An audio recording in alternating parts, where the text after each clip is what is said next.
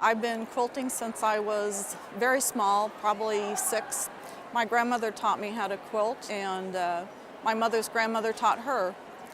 I love looking at quilts, all the creativity. They bring out a lot of hope and joy, and I guess the hope is that I can make some that are as pretty as these are. I've been pointing out to the kids that even if things aren't perfect, they're still beautiful and very loved. And I'm hoping I can pass some of this along to the grandkids, show them all the creativity that's out there, the different ways. I told them it was like a maze with quilts on the wall, and that's how I got them here. And we've been looking at patterns and the ways things are done and the stories behind the quilts. The girls and I took a sewing class last night. It's good to see new things and different things, and even if they don't make quilts, they will still create. But there's so much variety here and so much beauty that, yeah, I'm hoping they'll pick up some of it. There's so much here. It's just beautiful stuff. The color combinations, the patterns, the imagination, the humor. I like a lot of the quilts that have humor in them.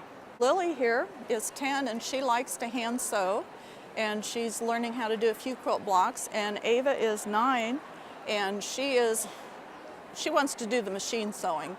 They've played with blocks and fabric, and the boys like to look at all the different fabrics, trying to find the boy prints. So yeah, we're working on it. It's kind of in process. You're going to be seeing over 700 quilts that are hanging. We have 2 categories that are upstairs in the convention hall, and those are quilts that are made by all of the guilds that are participating guilds, and we have 15 participating guilds that are putting this show on. And there's also a section of the judged quilts where you entered a quilt and it was judged by a national judge on Thursday, and we've hung the ribbons on those. Quilting in the Midwest has always been a real popular form of sewing.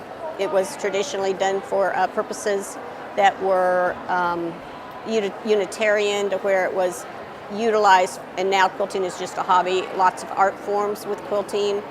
There's modern quilting. People still do traditional quilting. We have all sorts of forms here of it that are represented not only in the quilts that are hung in the areas, different areas of the convention center, but also in the teachers that we have teacher and doing lectures, from primitive lectures to traditional to the new modern art quilts.